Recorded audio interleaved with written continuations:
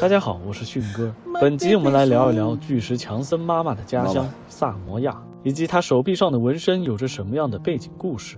从发现最早的古埃及刺青木乃伊，到今天很多人都可以接受的纹身艺术，至少5000多年过去了，这项特殊的文化始终在各人类文明中普遍存在着。前面提到，从台湾出发的南岛人向太平洋地区输送了众多文化元素，纹身就是其中一项重要的传统。可惜因为后来的殖民者和传教士把它当作野蛮人和异教徒的行为而禁止，所以如今具有代表性的就只剩下萨摩亚与新西兰了。而今天的主角萨摩亚纹身图案，乍一看似乎在哪里见过。没错，前面提到的拉皮塔人陶器上的纹饰突然在萨摩亚消失了，很可能就是通过纹身仪式保留了下来。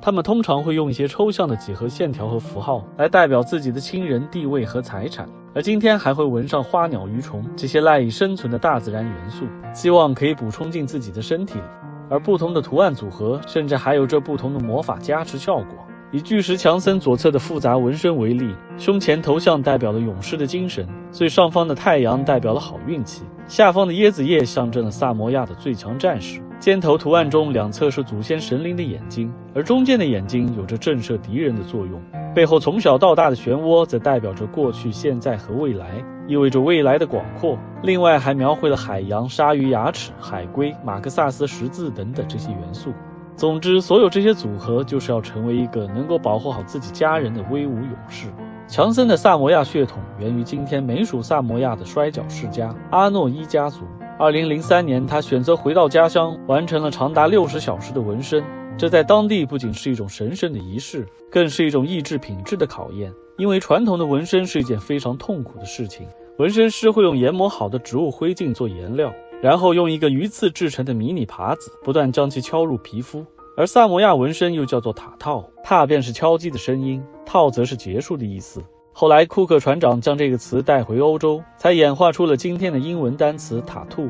每一次这样的敲击都相当于几十枚针同时刺入，皮开肉绽，失血过多是常有的事情，而且需要数周才能完成。所以只有那些经得起考验的人才能得到尊重，因为怕疼半途而废的，则一生都会背负着耻辱。最初只有男性才可以纹身，并称为 Pia， 同时也指代一种当地特有的神圣果服。图案通常从中背部一直延伸到膝盖。后来女性也加入了进来，称为马路，意思是庇护。图案不像男性那么厚重，设计的往往比较精巧，也因此适合纹身师的徒弟们练手。大多数萨摩亚人纹身的年龄则是14到18岁，以确保图案不会因为身体的生长而被拉扯变形。随着他们的逐渐成熟，由此产生的身份认同和文化自豪感也会越来越强。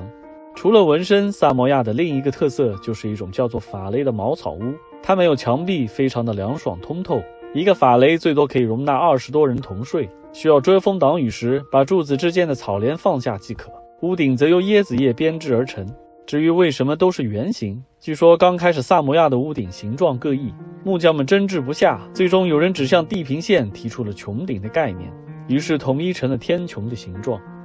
最后说到萨摩亚，就不得不提一本1928年的人类学经典著作《萨摩亚人的成年》。这本书讲述了美国学者米勒为了弄明白孩子青春期叛逆是否与成长环境有关，决定奔赴与世隔绝的萨摩亚，长期观察当地的青少年。结果惊讶地发现，他们竟然没有出现所谓的青春期危机，而是成长的异常平稳。这也就意味着青春期很可能不是一种生理现象，而是一种文化现象。萨摩亚人有着特殊的家庭结构，成长环境也相对封闭宽松，很难产生压力。当然也可能和萨摩亚的孩子们从小就被压抑情绪有关。而当时的美国社会已经足够复杂，太多的选择让孩子们无所适从，感到焦虑也在所难免。今天的孩子就更不用多说了。总之，这次调查对当时的美国家庭教育产生了深远的影响，人们开始意识到教会孩子如何做出自己的选择其实更加重要，于是逐渐形成了美国的批判性思维教育体系。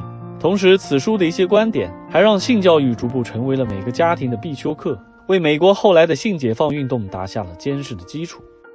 前面说到，南岛人在迁徙至萨摩亚附近后，停留了近2000年，才开始迈向太平洋深处，形成了今天的波利尼西亚大三角。那么，他们究竟在等待着什么呢？欢迎关注、转发和留言，我们下期再见。